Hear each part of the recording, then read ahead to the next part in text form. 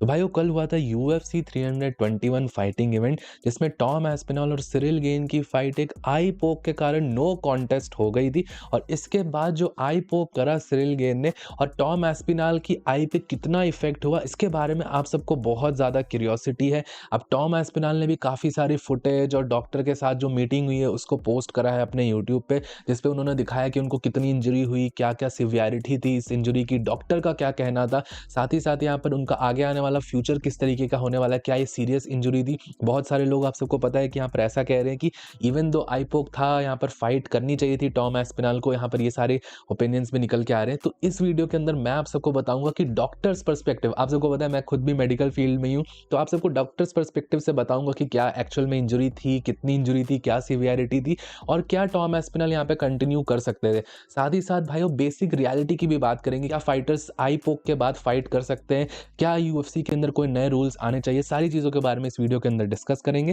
लेकिन उससे पहले यहाँ पर वीडियो को लाइक कर देना, चैनल को सब्सक्राइब कर देना यूएफसी कॉम्बैट स्पोर्ट्स का ऐसा ही कंटेंट हिंदी में एंजॉय करने के लिए। अब भाइयों सीधा यहाँ पर आते हैं वीडियो में। सबसे पहले डॉक्टर्स पर्सपेक्टिव के हिसाब से टॉम एस्पिनॉल की इंजरी को देखते हैं। आप सबको पता है मैं खुद भी एमबीबीएस में हूँ, इसलिए भाइयों मैं यहाँ पर आई डॉक्टर या ऑप्थेल्मोलॉजिस्ट नहीं हूँ, बट स्टिल यहाँ पर मैंने उस फुटेज को पूरी तरीके से देखा है, एग्जैक्टली कितनी इंजरी हुई है, पूरे जो व्लॉग यहाँ पे डाला है टॉम एस्पिनॉल ने उसको मैंने देखा है। और उसके हिसाब से डेफिनेटली अगर आप एक डॉक्टर वाइज मेरा ओपिनियन जानना चाहोगे तो ऑब्वियसली फाइट रुकनी चाहिए थी। किसी के भी आंखों में, दोनों आंखों में यहाँ पर स्पेसिफिकली अगर उंगलियां चली गई है, किसी ने आई पोक आपको करा है, तो उसके बाद फाइट तो क्या नॉर्मल एक्टिविटी भी नहीं करनी चाहिए, आपको थोड़ा रेस्ट लेना चाहिए, आईज को हील होने का टाइम देना चाहिए। ऑब्वियसली कोई भी डॉक्टर से आप पूछोगे तो यही बोलेगा। इनफैक्ट डॉक्टर से आप ऑप्थेल्मोलॉजिस्ट हो, आई हो या किसी भी पार्ट पे आपको इंजरी हुई है, कुछ भी ब्रूज भी हुआ है, तो डॉक्टर से अगर आप ओपिनियन लेने जाओगे तो डॉक्टर आपको रेस्ट रिकमेंड ही करेगा। ऑब्वियसली यहाँ पर टॉम एस्पिनॉल को जो डॉक्टर ने देखा यूएई के अंदर, उसने यहाँ पर यही बोला कि टॉम एस्पिनॉल के लिए अच्छा हुआ कि फाइट रोक दी गई। बहुत सारे लोगों का ये व्लॉग देखने के बाद बोलना ये है, उस वीडियो फुटेज के अंदर टॉम एस्पिनॉल की आईज नॉर्मल लग रही है। इनफैक्ट जो दूसरी आई थी जिसमें ज्यादा डीप आई पोक हुआ था, आई यहाँ पर टॉम एस्पिनॉल ने खुली रखी, आई पैच उनके दूसरी आई पे लगा है। तो यहाँ पर ये सारे क्वेश्चंस निकल के आ रहे हैं। तो ऑब्वियसली देखिए भाई, फुटेज देख के या दूर से हम देख के नहीं बोल सकते कि उसके आईज में कितनी ज्यादा इंजरी हुई। यहाँ पर जो विजिबल इंजरी थी उनकी आई में उतनी ज्यादा नहीं दिख रही है, जो फुटेजेस निकल के आई हैं उसके अंदर आप देख सकते हो उनकी विजिबल आईज में रेडनेस या कुछ भी नहीं है। अब भाई एक बहुत खतरनाक आई पोक हुआ था रोड टू यूएफसी सीजन 3 में, अंगद बिष्ट की फाइट जब यहाँ पे डोंग चोई से हुई थी, वो मुझे याद आता है क्योंकि उस फाइट में भी बहुत सीरियस आई पोक करा था डोंग चोई ने, जिसके कारण एक विजिबल डैमेज दिखा था। यहाँ पर आप क्लियरली देख सकते थे अंगद बिष्ट की आईज फाइट के बाद बहुत ज्यादा डैमेज थी, क्योंकि वहां पर क्लियरली यहाँ पर बहुत ज्यादा डैमेज दिखा था उस फाइट में।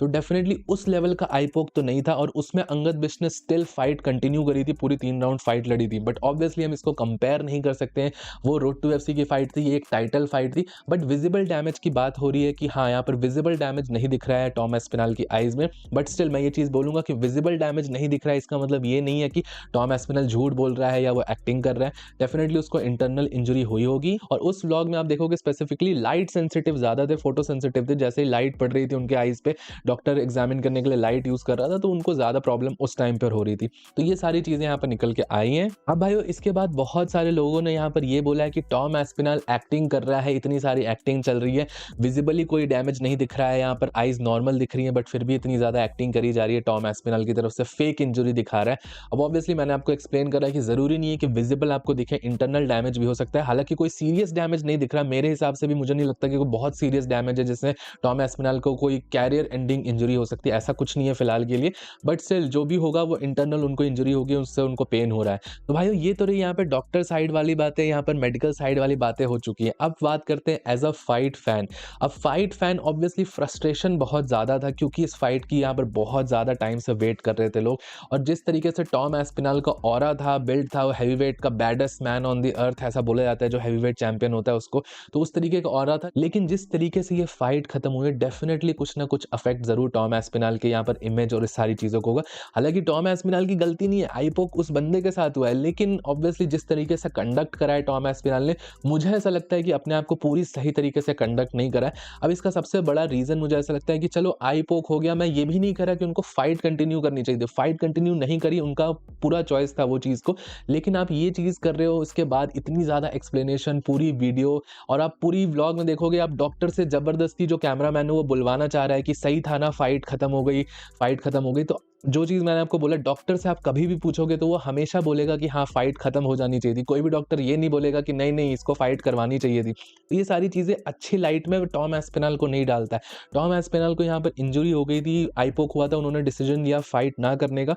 उनको सीधा उस चीज़ पे स्टिक ऑन रहना चाहिए था और वहीं पर खत्म करना चाहिए था। कोई एक्सप्लेनेशन, कोई इतना बड़ा व्लॉग, इतनी बड़ी फुटेज, जिसको पता है कि उसको इंजरी हो गई, उसको किसी को भी प्रूव करने की ज़रूरत नहीं है। उनको इंजरी हुई है, उनको पेन हो रहा है, वो उनको ही पता है। वो बाहर की दुनिया को जितना ज़्यादा एक्सप्लेनेशन देंगे, उतनी ज़्यादा चीज़ें कॉम्प्लिकेट होंगी। मेरे हिसाब से तो मुझे ऐसा लगता है कि टॉम एस्पिनल को कोई भी एक्सप्लेनेशन देने की ज़रूरत नहीं थी यहाँ पे। ये ओवरऑल रियलिटी यहाँ पर यही है कि हाँ, एक सीरियस आई पोक था, टॉम एस्पिनल की आईज़ इंजर्ड हो गई थी। उस टाइम पे वो कंटिन्यू नहीं कर पाए फाइट और उन्होंने खुद से ये डिसीजन लिया कि वो अब फाइट को कंटिन्यू नहीं करना चाहते इस कॉम्प्रोमाइज़ स्टेट में, क्योंकि उनका टाइटल यहाँ पे लाइन था, एक बहुत बड़ी टाइटल फाइट थी, तो उन्होंने अपने कैरियर की इतनी बड़ी फाइट एक कॉम्प्रोमाइज़ आई के साथ रिस्क नहीं करी।